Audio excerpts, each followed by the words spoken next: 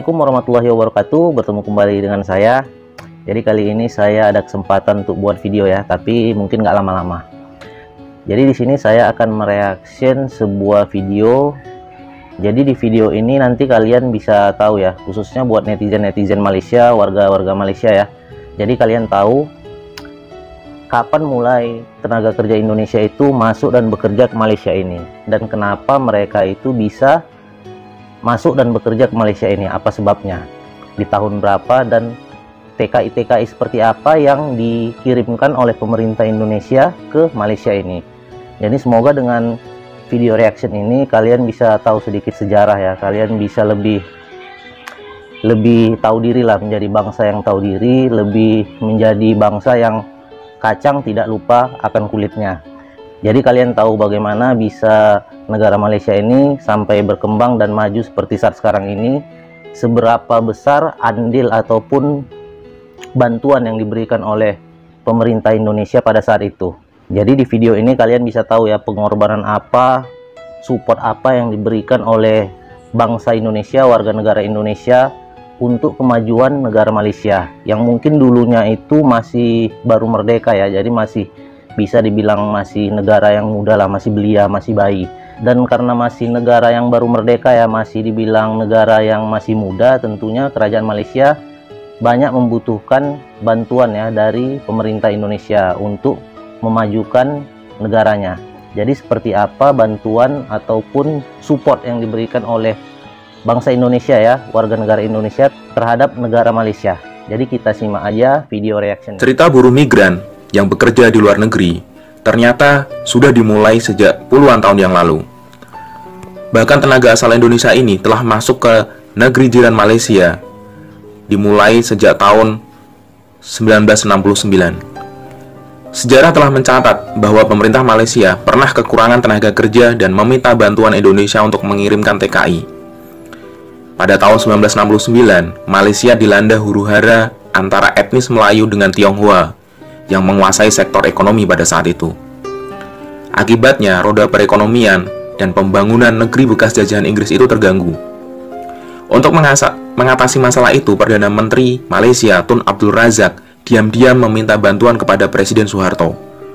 Agus Sudono, Ketua Umum Gaspindo atau Gabungan Serikat-Serikat Buruh Islam Indonesia yang mengikuti sidang ILO atau International Labour Organization di Geneva, Swiss, dipanggil pulang ke Jakarta.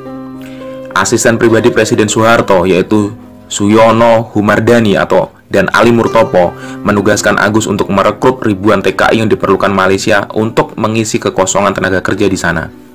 Sebagai negara muda, Malaysia membutuhkan tenaga kerja tingkat atas dan pimpinan. Dengan bertambahnya tenaga kerja berpendidikan tinggi dan berkualifikasi pimpinan, Malaysia dapat menyeimbangkan perekonomian antara etnis Melayu dan juga Tionghoa, kata Agus Sudono dalam biografinya yang berjudul Pengabdian Agus Sudono. Syarat dan kualifikasi TKI antara lain berpendidikan sekolah dasar sampai perguruan tinggi, beragama Islam, dan rajin sholat 5 waktu. Syarat lain yang mesti saya pegang teguh, pengiriman TKI ke negara tetangga ini harus dijalankan dalam rangka silent operation atau operasi senyap. Tak boleh diketahui oleh rakyat Malaysia maupun Indonesia, kata Agus.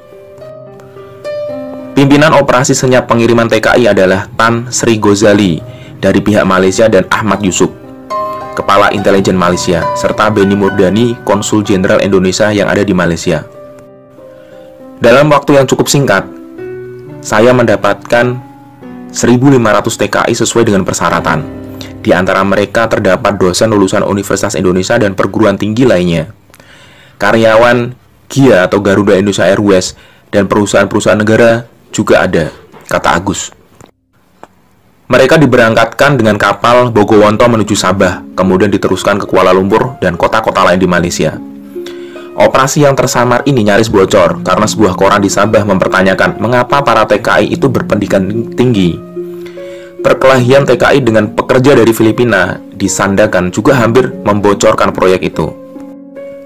Hampir 30 tahun setelah pengiriman TKI, masih banyak di antara mereka yang menduduki jabatan penting di Malaysia, seperti di RTM, Radio dan Televisi Malaysia, MAS Malaysian Airways, sebagai guru agama, pengurus masjid, dan sebagainya. Alangkah baiknya jika pemerintah Malaysia dalam menyelesaikan masalah pekerjaan migran non-dokumen asal Indonesia menengok sejarah bahwa TKI pernah berjasa dalam pembangunan Malaysia saat usianya masih sangat muda. Thank you for watching, semoga bermanfaat. Mohon maaf jika ada salah-salah kata dan salah-salah sebut. Semoga bermanfaat. Assalamualaikum warahmatullahi wabarakatuh. Oke, jadi sudah kalian lihat kan seperti apa bangsa Indonesia itu dalam membantu kemajuan negara Malaysia dalam membangun negaranya. Karena bangsa yang besar itu adalah bangsa yang tidak pernah melupakan jasa-jasa para pahlawannya. Apalagi tenaga kerja Indonesia yang dipekerjakan pada saat itu, sebagian besar itu adalah tenaga guru. Jadi yang namanya guru itu kan pahlawan tanpa tanda jasa. Jadi sehebat apapun negara Malaysia, tetap gurunya itu adalah bangsa Indonesia, warga negara Indonesia. Jadi seberapa pintarnya pun kalian, tetap guru kalian itu berasal dari Indonesia. Jadi kemajuan negara Malaysia itu tidak lepas dari ini ya, dari perjuangan bangsa Indonesia juga, dari bantuan bangsa Indonesia juga.